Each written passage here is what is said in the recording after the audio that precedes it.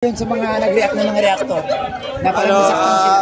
Bakit naman? Reactor ba vlogger ba tayo? Kasi mga Kalinga Prab, vlogger ba tayo? Ba't masasaktan? Kalinga Prab, bakit daw ba napili pa ni Kuya Jens sa ganung content daw? Wala naman masama. At syempre vlogger ka, dapat creative. Ayun. Wala masama naman sa ginawa niya kasi kung siyempre kung maganda yung ginagawa mo, edi maraming buboto sa'yo na okay ka. So pangit. So real talk lang talaga. Real talk.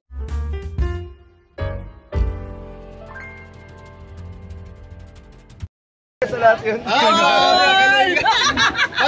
Magandang gabi po. Bibigyan ng content. Uy! Gabawi po talagang salarin joke lang. Pero hindi ako bumuto eh. Ay. Ang binuto ko po sarili ko eh. Oo, marami na bilib nga sa'yo. Ganito bro. Usapan na lang bro. Bro, ano bang opinion mo bro sa nangyari? Anong pwede mong sabihin sa kanila na may mga kasamahan tayong reactor bro? May mga kasamahan tayong reactor bro na umalma talaga. Iba-iba man po yan ng ano. Nasaktan daw sila bro eh. Iba-iba man po yan syempre ng interpretation. Bro, most hated. Most disrespectful. Bakit mo kasi ginawa yun, bro? Ha? Bakit naman, bro? Yun yung sabi nila, yun yung sabi daw nila. Bakit si Mang Jun ay... Bro, ganito kasi bro. Yun na, asa si Mang Jun. Bro, bakit pa naisip mo? Bakit daw ba naisip mo yun? Ha? Bakit daw ba naisip mo mag-survey?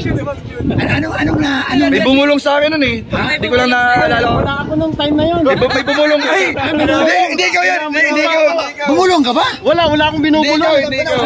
Sino bumulong? Hindi, wala yun. Saka yun po yan, depende po syempre sa interpretation nila kung titake nila ng positive or negative. Opo, depende naman po yun. Bisikat si Kuya Jens kayo.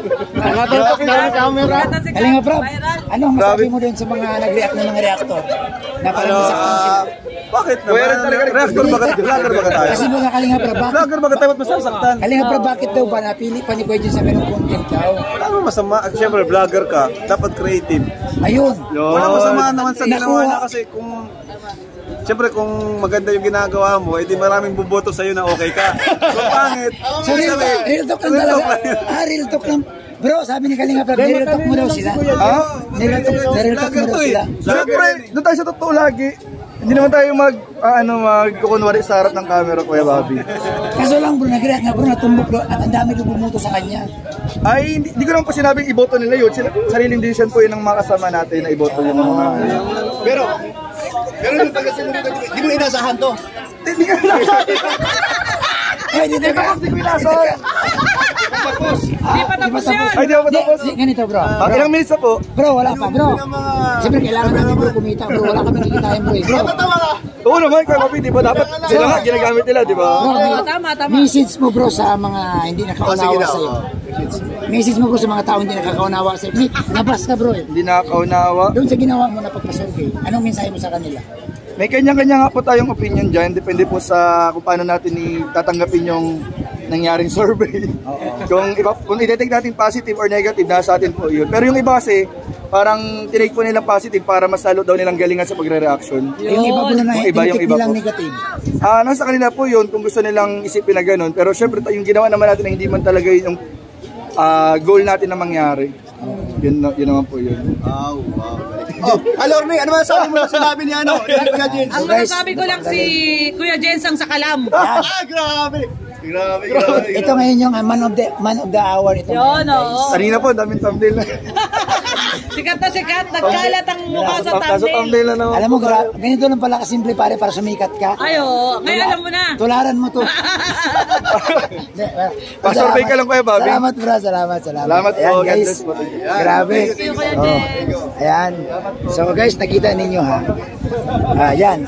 Siguro, ipaubaya ko po sa mga viewers yung opinion ni Kalinga Prab, no, na ang opinion ni Kalinga Prab guys, na vlogger nga, content creator ka.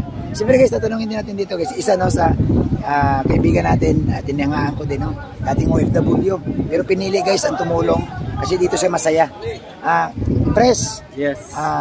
na-interview namin si Kalinga Prab. Siguro, alam ko, pamilyar ka sa mga trending na usapin ngayon. Isa ginawa ni Kuya Jens na pagpasurvey. So, tinanong ko sa Kalinga Prab kung anong opinion.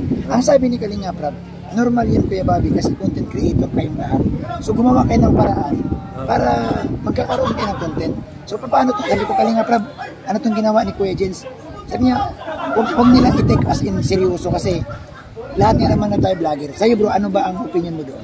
Sa akin kasi, nagkakaroon kasi ng hindi magandang hidwa, parang nagkakaroon ng hati-hati. Pero para sa akin, kasi nandito tayo sa Kalingap, no comparison. Yun. Kasi tama ako yung nagpapalakad eh. Halimbawa, presidente kayo. yung dalawang tao ay nasa kupunan ko. At sila ay mag-away, basta ako yung mananagot doon sa mga... Kumbaga command responsibility. command responsibility. So dapat talaga... Para sa akin, hindi ko type yung ganun, may comparison dito sa kanila. Oo. Kasi, alam mo, katulad ko, mas malaki dati ang channel ko sa'yo, na biglang lumaki yung channel mo kaysa sa akin. Ang pangit na i-comparison natin ang isa't isa sa akin. Oo, tama. Respeto. Yan, mas better, natanggapin natin kung ano yung narating nila, at kung ano yung natin, wag lang nating tapakan yung respeto ng kapwa natin. Ayan. Kasi nandito tayo sa Kalingap. Hindi ko masasabi, Kuya Bobby, sa mga bagay na yun. Hindi ako galit, hindi ako pinapaliwanag ko lang yung ganang sa akin. Kaya nga sabi ko, kung may pagkakataon, tanungin ko si Kuya Jens, ano ang purpose, bakit nagkakaroon ng comparison sa mga kapwa Kalingap reactor? Kasi pare-pares tayo reactor, pare-pares tayong Kalingap, kailangan magtulungan tayo, magpaangatan tayo, walang ibababa. Kung mayroong nagkakamali, payuhan natin sa tama. Yun lang, Kuya Bobby.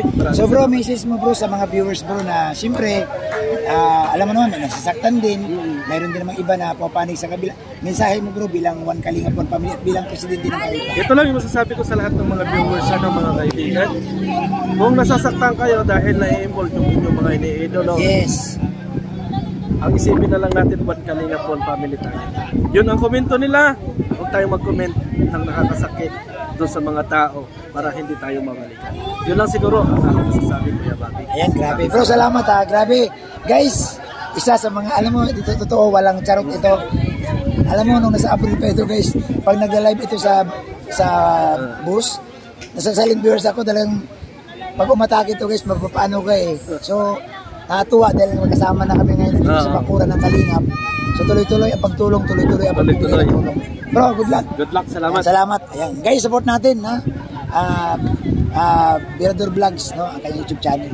Thank you, Kuya Bobby. Ayan. Yung pag-interview. Thank you guys. Ayan. So guys, ayan na. So tatapusin ko na dito guys yung aking interview, no. Kayo na po guys, pinapabayo ko po sa mga viewers. Kayo po ang magsangalang-alang, kayo po ang husga na lang, kayo po ang nilay-nilay, no. So, sinabi din ni Kuya Jens, no, tinanong ko din si Kalingap Rab kung anong opinion, tinanong ko din ang presidente ng Karipa, no. Sa ngayon hindi ako pwedeng magbigay ng opinion na tama si Ganere. Ang mahalaga ho, nakarating ko sa inyo ang sagot ni Kalingap Rab, ang sagot ni Birador, ang sagot po ni Kuya Jens. So dyan lang po muna guys, no. Salamat. So nandito kami ngayon, ito mag-uumpisa na yung kainan. Ayan. So thank you. Ayan. So guys, malapit na po, mag-uumpisa na. Ayan, papasok na tayo dito. Ayan. So salamat sa lahat. Ayan, good luck po mga Kalingap. Huli po ito yung lingkod, Bobby TV 143. Babu.